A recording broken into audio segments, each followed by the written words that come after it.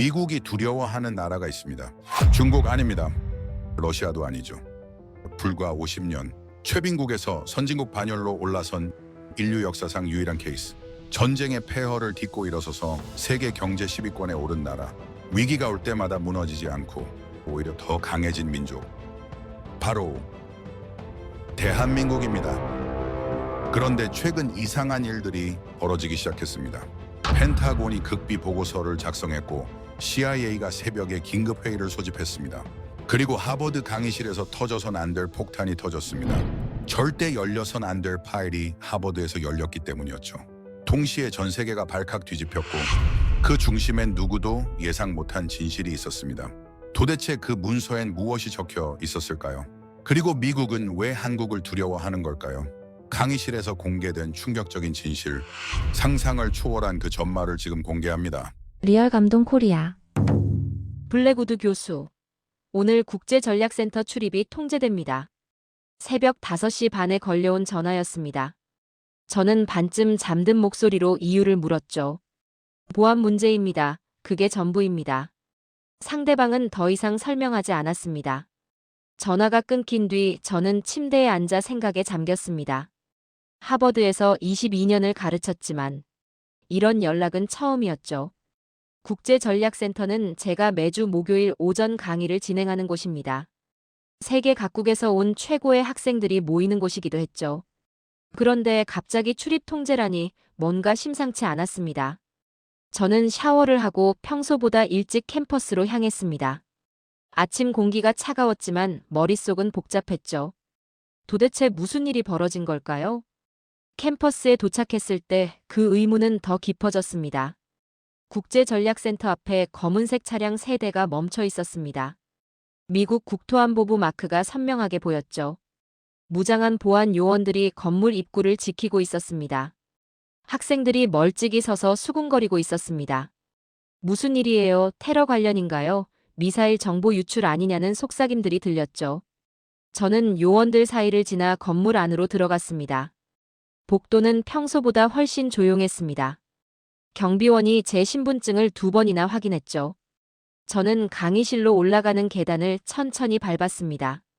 심장이 평소보다 빠르게 뛰고 있었습니다. 22년 동안 이런 긴장감을 느낀 적이 없었죠. 강의실 문을 열었을 때 학생들은 이미 자리에 앉아 있었습니다. 그들의 표정이 평소와 달랐습니다. 불안과 호기심이 뒤섞인 눈빛들이었죠. 저는 교단에 서서 노트북을 켰습니다. 오늘 주제는 중국의 2035년 패권 구조 분석이었습니다.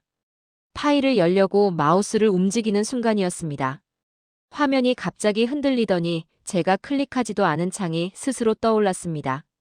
붉은색 경고 문구가 화면 중앙을 가득 채웠죠.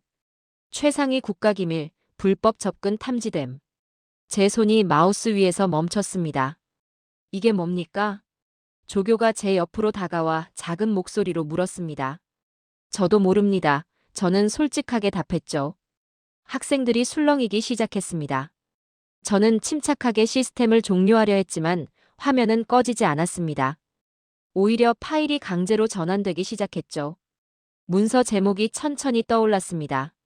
대한민국 독자적 핵전력 보유, 비공식 초강대국 판정. 강의실 공기가 얼어붙었습니다. 중국 유학생 하오준이 자리에서 일어나며 비웃었습니다. 한국이요? 이건 분명 조작된 파일입니다. 일본 유학생 레이나가 고개를 저으며 말을 보탰죠. 한국이 미국을 넘어섰다는 겁니까? 말도 안 돼요. 저는 그들의 말을 제대로 듣지 못했습니다. 화면 속 내용에 시선이 완전히 고정돼 있었기 때문이죠. 문서가 계속 펼쳐지고 있었습니다. 제가 평생 본 적 없는 레벨의 기밀 자료였습니다. 심장이 2배 속도로 뛰기 시작했습니다. 하오준이 자리에서 벌떡 일어나 소리쳤습니다. 교수님, 이건 분명 시스템 오류입니다. 그는 자신의 태블릿으로 제 화면을 확대하려고 손을 뻗었죠. 조롱하듯 손가락을 움직이며 뭔가를 터치했습니다. 바로 그 순간이었습니다. 화면 옆에 전체 화면 공유 버튼을 잘못 눌러버린 겁니다. 강의실 양쪽 벽면에 설치된 대형 스크린이 일제히 켜졌습니다. 모든 화면이 기밀 문서로 뒤덮였죠. 학생 몇 명이 작은 비명을 질렀습니다. 조교가 급하게 소리쳤습니다. 끄세요, 교수님. 저건 1급 보안 문서예요. 저는 손을 떨며 화면을 응시했습니다. 그 문서는 저조차 접근 권한이 없는 레벨이었기 때문입니다. 문서 내용이 하나씩 눈에 들어오기 시작했습니다. 첫 번째 줄이 보였습니다. 한국, 독자 핵전력 완성, 레벨 4 전면전 억제 능력 승인됨. 두 번째 줄이 이어졌습니다. 7개 군사기술 분야 미국 추월, 현재 세계 1위. 세 번째 줄이 마지막 일격을 날렸습니다. 미국 내부 보고 한국 2030년 초강 대국 전환 예상. 강의실에서 모든 소리가 사라졌습니다. 숨소리조차 들리지 않았죠. 저는 그때 한 학생을 봤습니다. 박태준이라는 한국인 유학생이었습니다. 그는 조용히 펜을 내려놓고 창밖을 바라보고 있었죠. 놀라움도 없었고 자부심을 드러내지도 않았습니다. 마치 이 모든 내용을 이미 알고 있었던 사람처럼 차분했습니다. 저는 그의 눈빛을 읽으려 했습니다. 단단하고 흔들림 없는 시선이었죠. 그 순간 제 머릿속이 복잡해졌습니다. 22년간 쌓아온 모든 분석이 흔들리기 시작했습니다. 중국이 세계 1위라고 믿었고 미국이 여전히 압도적이라 생각했죠. 그런데 한국이라는 작은 나라가 그들을 모두 넘어섰다는 겁니까? 하오준이 자리에서 벌떡 일어났습니다. 그의 얼굴이 붉게 달아올라 있었죠. 교수님, 한국이 미국을 넘었다니 이건 명백한 오류입니다. 그의 목소리가 강의실 전체를 울렸습니다. 중국은 세계 최강 대국입니다. 이 문서는 잘못됐어요. 레이나도 그 말에 힘을 실었습니다. 한국이 어떻게 일본보다 위일 수 있습니까? 경제 규모 자체가 다른데요. 학생들이 다시 술렁이기 시작했습니다. 저는 교단에 손을 짚고 천천히 그들을 바라봤습니다. 22년 동안 수많은 논쟁을 지켜봤지만 오늘만큼 공기가 팽팽한 적은 없었죠. 하오준의 목소리에는 확신이 담겨 있었지만 그 안에 조급함도 섞여 있었습니다.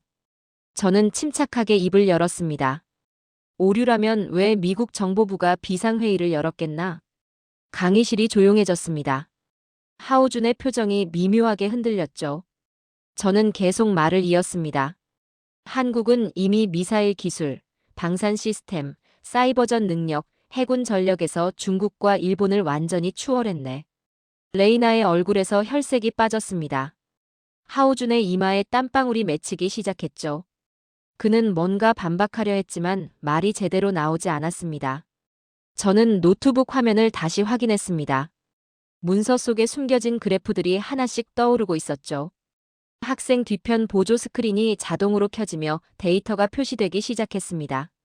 한국 군사기술 성장지수라는 제목이 보였습니다. 그래프선이 가파르게 상승하고 있었죠. 중국과 일본을 합친 것보다 빠른 속도였습니다. 다음 화면에는 한국 경제 회복 탄성이라는 자료가 떴습니다. 미국의 2.1배라는 수치가 선명하게 표시됐죠. 하오준이 다시 소리쳤습니다. 이건 편파적입니다. 누가 만든 자료인지도 모르잖아요. 저는 그를 똑바로 바라보며 답했습니다. 편파적이라고? 데이터는 거짓말을 하지 않네. 그 한마디가 강의실 공기를 갈랐습니다. 하오준은 입술을 깨물며 자리에 앉았습니다. 그의 손이 미세하게 떨리고 있었죠. 레이나는 고정된 눈동자로 스크린만 응시했습니다. 뒤편에 앉은 학생들이 서로 눈치를 보며 웅성거렸습니다. 저는 그 순간 강의실 뒤쪽에서 움직임을 포착했습니다. 박태준이 조용히 손을 들고 있었습니다. 그의 움직임은 천천히 이루어졌지만 묘한 무게감이 있었죠. 저는 고개를 끄덕이며 그에게 발언 기회를 줬습니다. 태준이 자리에서 일어났습니다. 그의 목소리는 높지 않았지만 강의실 구석구석까지 전달됐습니다. 교수님, 저 문서를 오류라고 생각하는 건 한국을 잘 몰라서 그렇습니다. 짧은 한 문장이었지만 그 안에 담긴 확신이 강의실을 압도했습니다.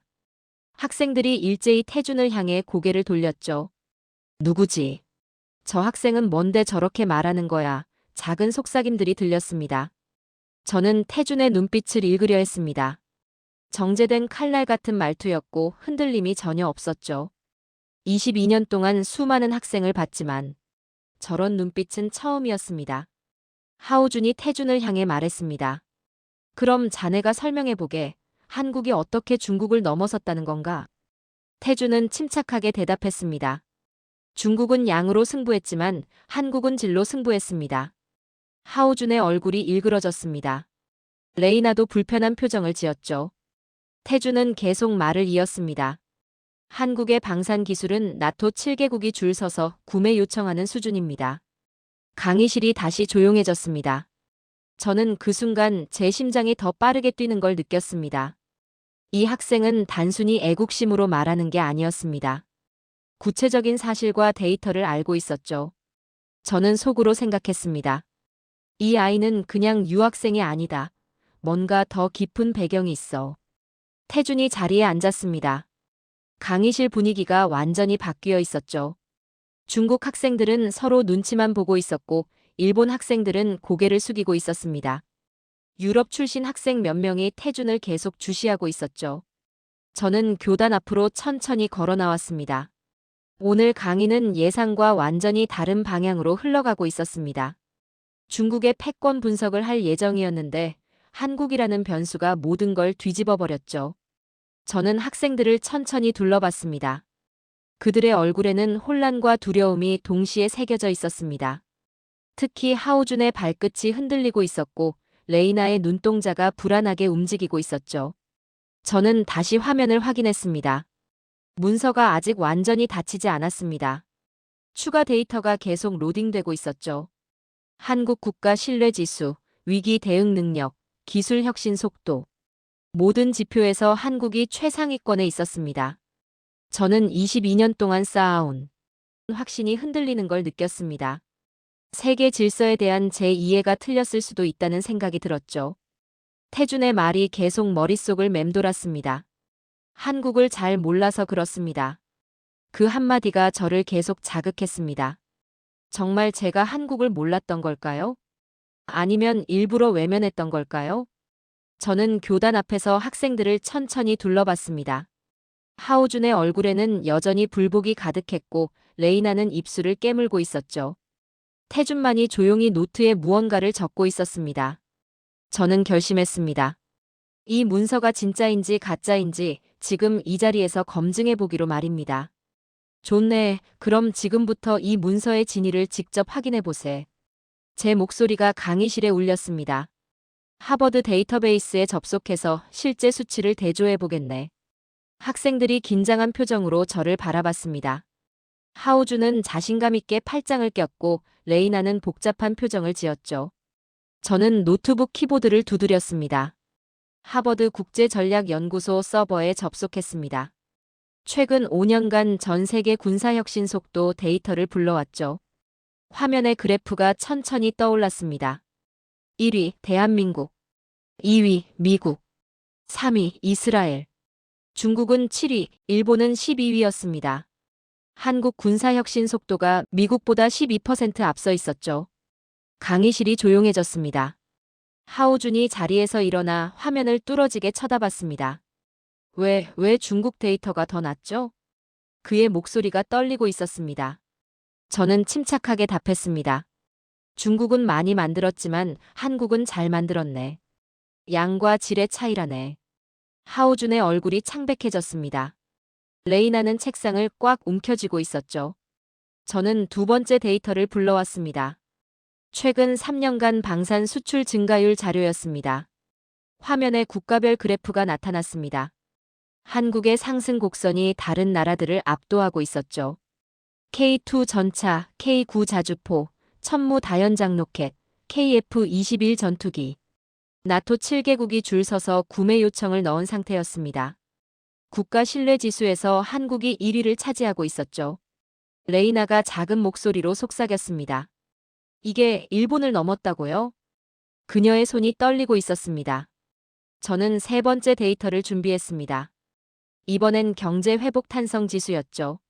하버드 경제자문팀이 10년간 연구한 모델이었습니다. 위기 상황에서 각 국가가 얼마나 빠르게 회복하는지를 보여주는 지표였죠. 화면에 숫자들이 떠올랐습니다.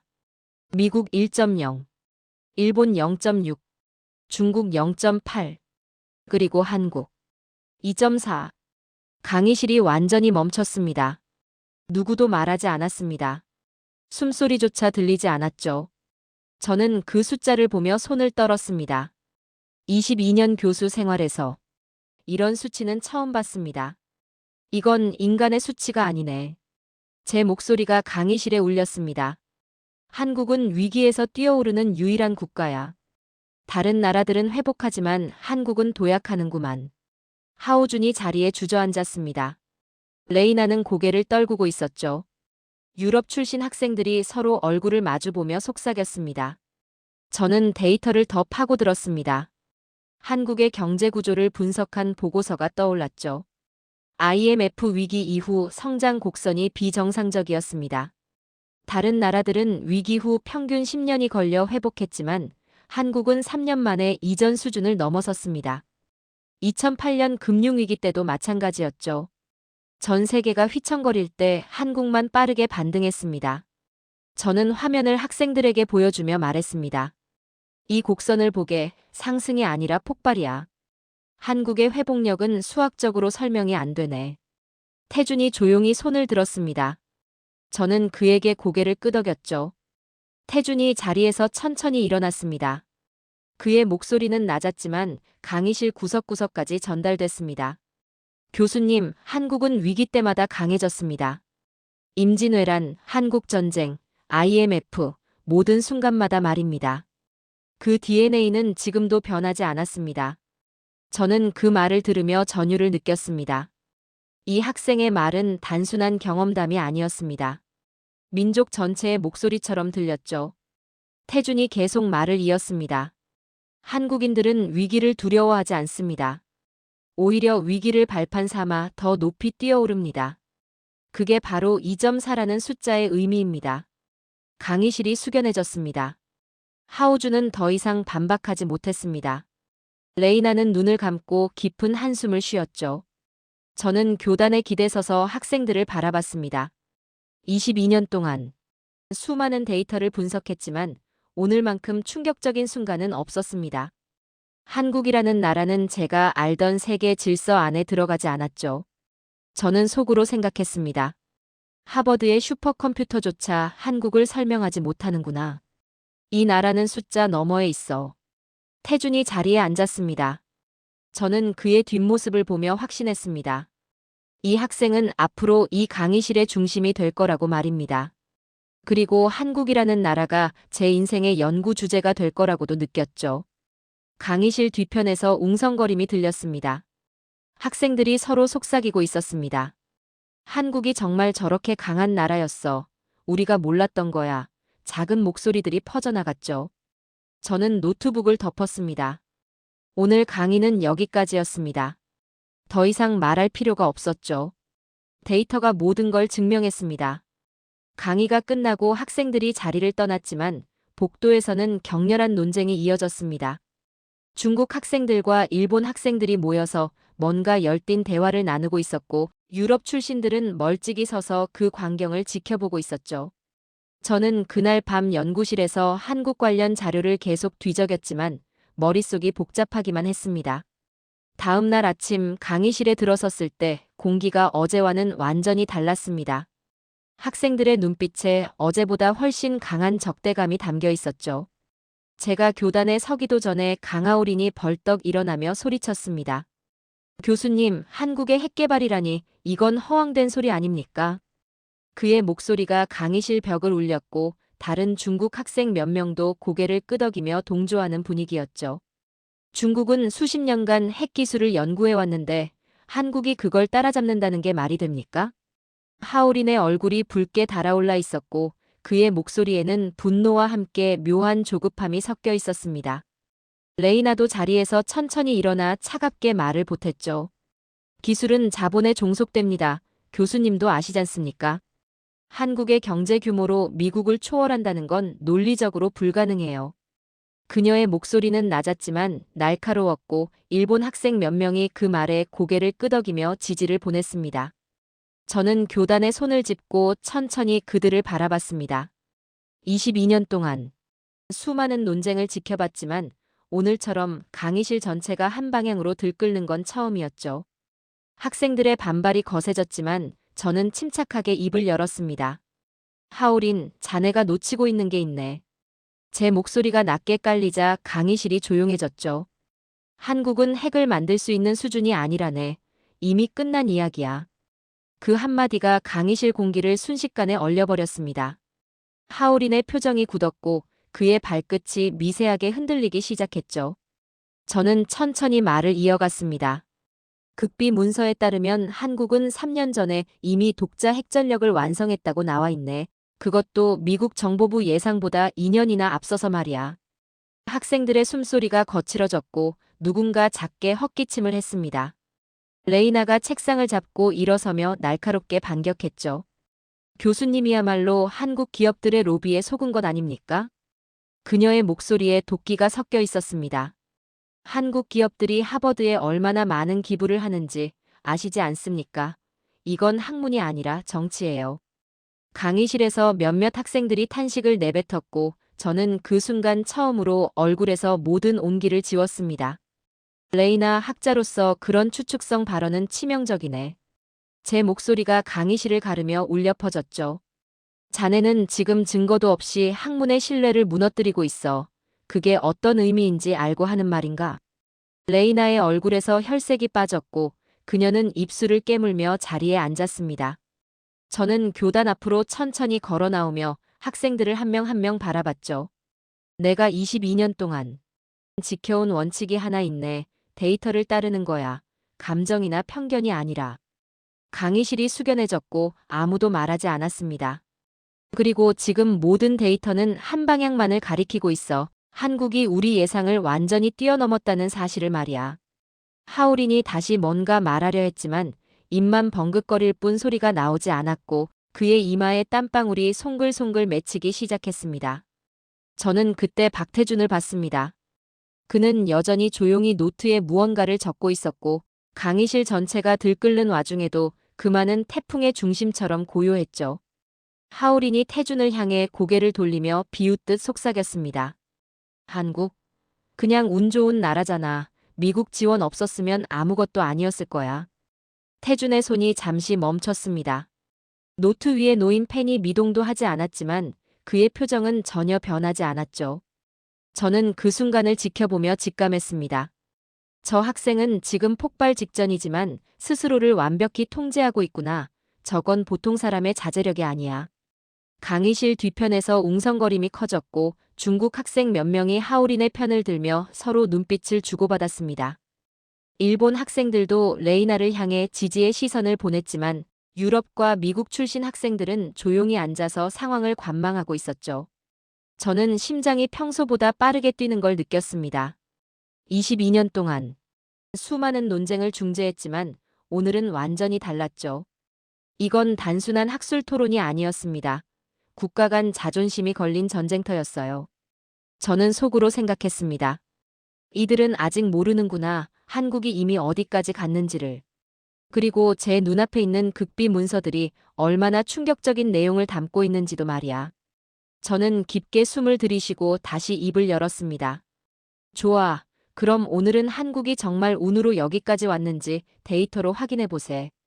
제 손이 노트북 키보드 위로 움직였고 학생들의 시선이 일제히 스크린으로 향했습니다. 오늘 이 강의실의 균형이 완전히 무너질 거라는 예감이 들었죠. 저는 노트북 화면을 스크린에 띄우며 학생들을 천천히 둘러봤습니다. 하울이는 여전히 자신감 있는 표정으로 팔짱을 끼고 있었고 레이나는 복잡한 얼굴로 화면을 응시하고 있었죠. 하버드 국제전략연구소 서버에 접속해서 최근 5년간 전 세계 군사혁신 속도 데이터를 불러왔습니다. 화면의 그래프가 천천히 떠올랐고 학생들의 눈빛이 일제히 그쪽으로 향했죠. 1위는 대한민국이었고 2위가 미국, 3위가 이스라엘이었습니다. 중국은 7위에 머물러 있었고 일본은 12위에 불과했죠. 더 충격적인 건 한국의 혁신 속도가 미국보다 12%나 앞서 있다는 사실이었습니다. 강의실이 순식간에 조용해졌고 하울인이 자리에서 벌떡 일어나 화면을 뚫어지게 쳐다봤죠. 왜 중국 데이터가 이렇게 낮습니까? 그의 목소리가 떨리고 있었고 평소의 자신감은 온데간데 없이 사라져 있었습니다. 저는 침착하게 답했습니다. 중국은 많이 만들었지만 한국은 잘 만들었네. 양과 질의 차이라는 걸 이해해야 하네. 하울인의 얼굴이 창백해졌고 그는 천천히 자리에 주저앉으며 책상을 꽉 움켜쥐었죠. 레이나도 입술을 깨물며 화면만 응시하고 있었습니다. 저는 두 번째 데이터를 불러왔습니다. 최근 3년간 방산 수출 증가율 자료였고 화면에 국가별 그래프가 선명하게 나타났죠. 한국의 상승 곡선이 다른 모든 나라를 압도하고 있었습니다.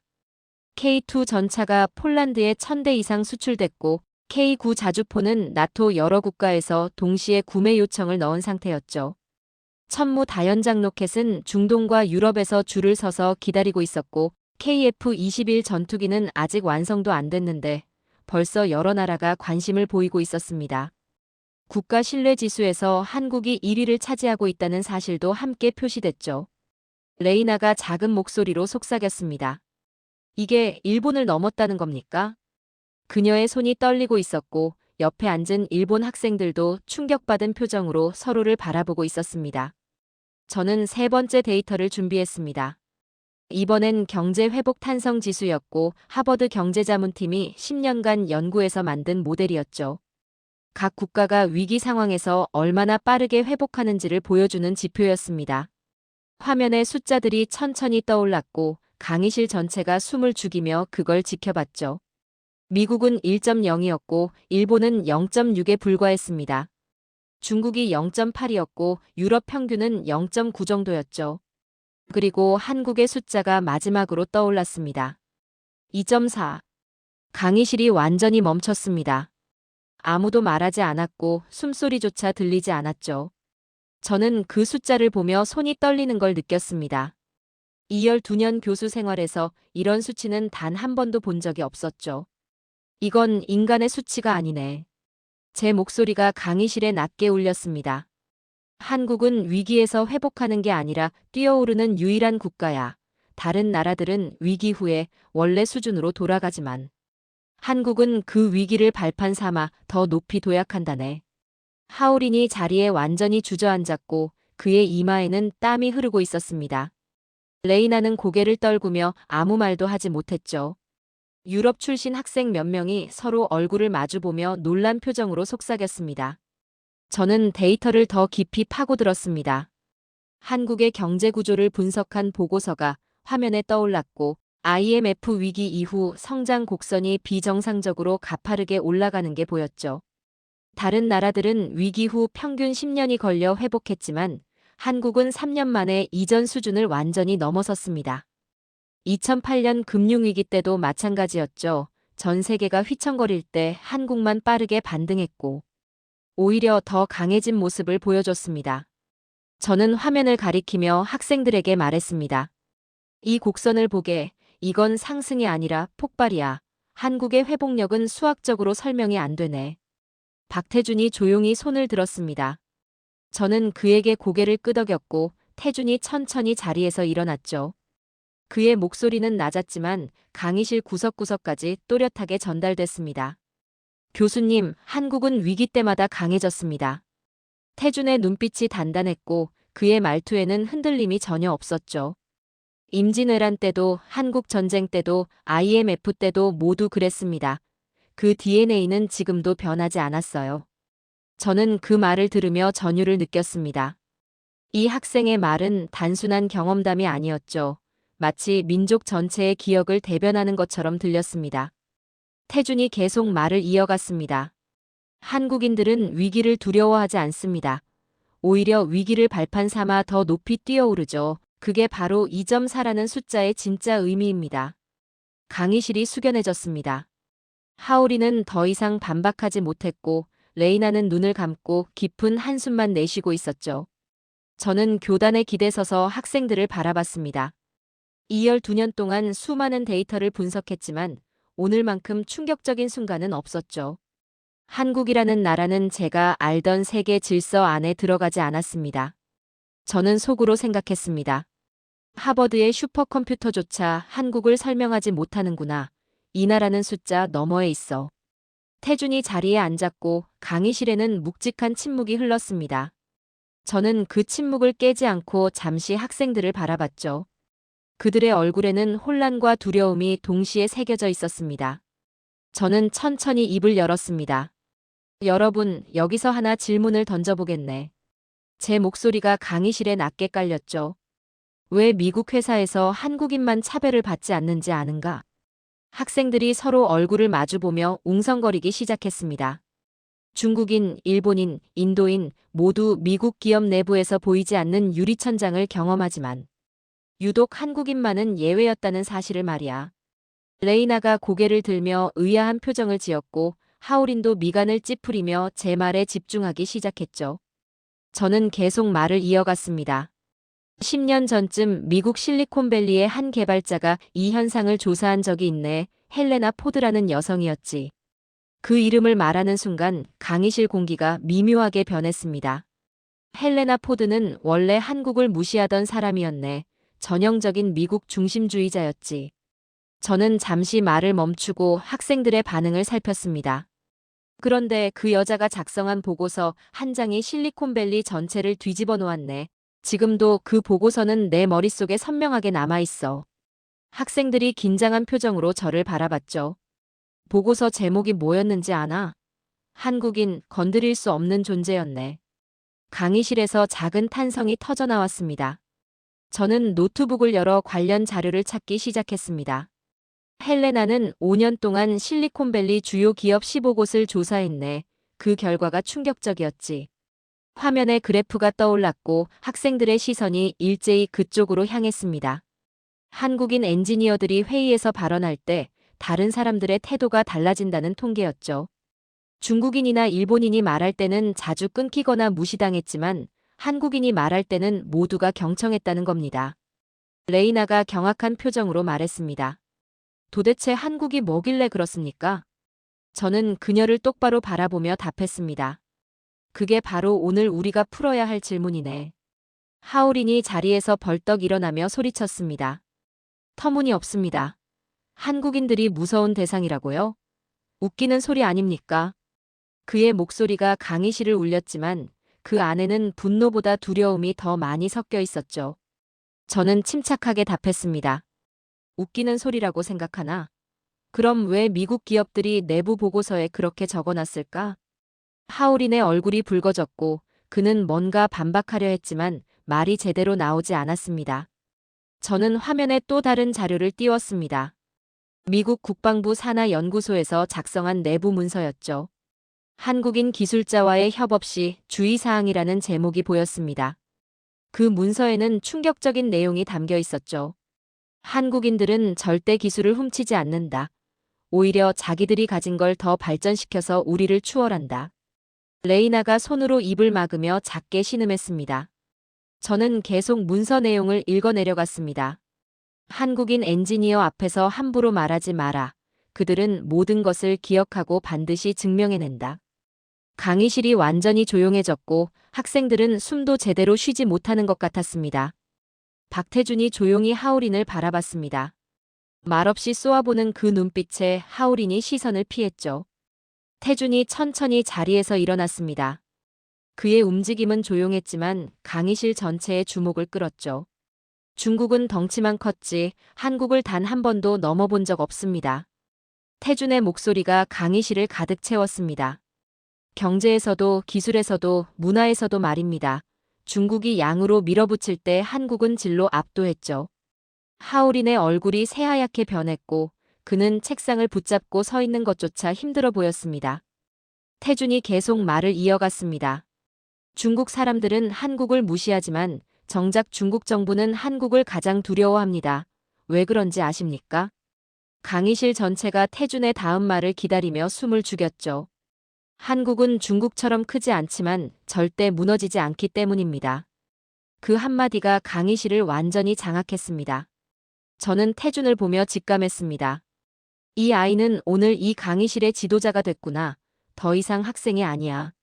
하울이는 끝내 태준의 눈을 마주치지 못했고 천천히 자리에 주저앉았습니다.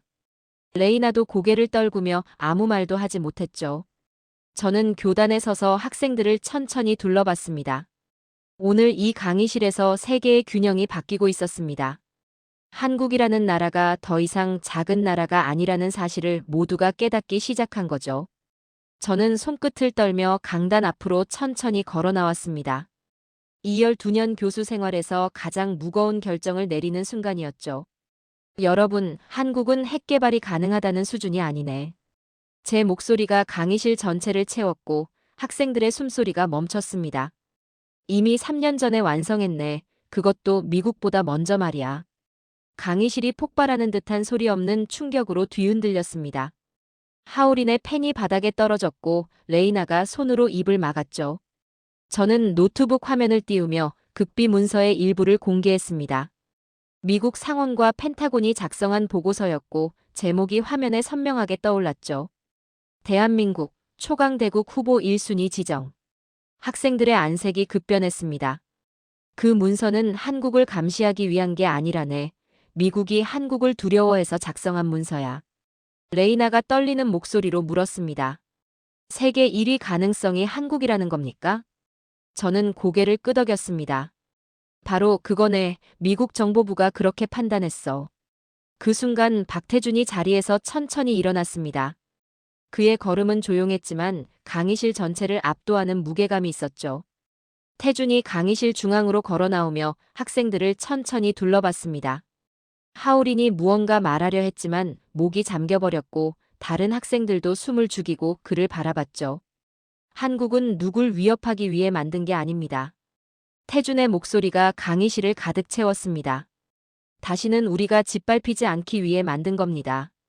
그 한 문장이 강의실 공기를 완전히 장악해버렸습니다. 레이나가 떨리는 목소리로 말했습니다. 한국이 미국보다 먼저 핵을 완성했다니 믿을 수가 없어요. 태준이 그녀를 똑바로 바라보며 답했습니다. 믿기 힘들겠죠. 그래서 당신들은 지금 두려운 겁니다. 하울인이 고개를 떨구며 아무 말도 하지 못했습니다. 태준이 계속 말을 이어갔습니다. 우린 싸우기 위해 만드는 게 아닙니다. 그저 다시는 빼앗기지 않기 위해 만드는 거예요. 그 말이 강의실 전체를 숙연하게 만들었고 학생들은 고개를 숙인 채 아무도 반박하지 못했죠. 저는 그 순간 깨달았습니다. 태준은 오늘 이 강의실의 국경을 바꿨구나. 그 아이를 통해 나는 한국의 미래를 봤어. 저는 교단에 기대며 속으로 생각했습니다. 12년 동안 세계 질서를 가르쳤지만 오늘 제 학생이 저에게 진짜 세계를 보여줬습니다. 한국은 더 이상 작은 나라가 아니었습니다. 미국의 천장이 무너지는 소리를 제가 직접 들은 겁니다. 태준이 자리로 돌아가며 마지막으로 말했습니다. 교수님, 한국은 이제 시작입니다. 그 말이 제 가슴을 강하게 쳤고 저는 더 이상 말할 수 없었습니다. 강의실은 완전히 뒤바뀌어 있었습니다. 중국 학생들은 고개를 들지 못했고 일본 학생들은 서로 눈치만 보고 있었죠. 유럽과 미국 학생들은 충격받은 표정으로 태준을 계속 주시하고 있었습니다. 저는 그날 역사의 주인이 바뀌는 순간을 목격했습니다. 그날 강의가 끝난 뒤 저는 오래된 이메일 하나를 다시 열어봤습니다. 헬레나 포드가 7년 전에 보낸 메일이었죠. 제목은 한국인, 이해할 수 없는 민족이었습니다. 헬레나는 실리콘밸리에서 15년간 일한 베테랑 개발자였고 처음엔 한국을 완전히 무시하던 사람이었죠. 그런데 그녀가 직접 목격한 사건 하나가 모든 걸 바꿔놨습니다. 미국 기업 회의실에서 백인 팀장이 한국인 엔지니어에게 가볍게 비아냥거렸고 한국인이 단호하게 반박했죠. 팀장은 즉시 사과했고 헬레나는 그 광경을 보며 충격을 받았습니다. 아시아인 중에서 단 하나 한국인만은 절대 건드릴 수 없다는 걸 깨달은 거죠. 헬레나는 이 현상을 파고들었고 5년간 조사한 끝에 보고서 한 장을 완성했습니다. 그 보고서에 적힌 문장이 제 머릿속에 아직도 선명하게 남아 있습니다. 한국인은 공동체 위기 시 개인 이익을 포기하고 국가적 행동을 택한다. 군사경제 문화적 충격에서 회복 속도 전 세계 1위. 헬레나는 그 보고서 마지막에 이렇게 적었죠. 이건 국가가 아니라 하나의 생명체였다. 저는 그 문장을 읽으며 손이 떨렸던 기억이 납니다. 헬레나는 그 후 한국을 직접 방문했고 돌아와서 제게 다시 메일을 보냈습니다. 한국은 힘을 드러내지 않는다. 그러나 필요할 땐 세계를 압도한다. 저는 오늘 그 메일의 의미를 완전히 이해했습니다. 박태준을 보며 강의실이 뒤집히는 걸 보며 학생들이 두려워하는 걸 보며 깨달았죠. 한국은 이제 단순한 신흥국이 아니었습니다. 미국을 초월해가는 초강대국의 시동을 이미 걸었습니다. 저는 노트북을 닫으며 속으로 생각했습니다. 12년 동안 세계를 가르쳤지만 오늘 제가 배웠습니다. 한국이라는 나라가 얼마나 무서운 민족인지를, 얼마나 강한 정신력을 가진 사람들인지를 말이죠. 세계는 한국을 중심으로 다시 쓰일 것입니다. 저는 그 확신으로 오늘을 마칩니다.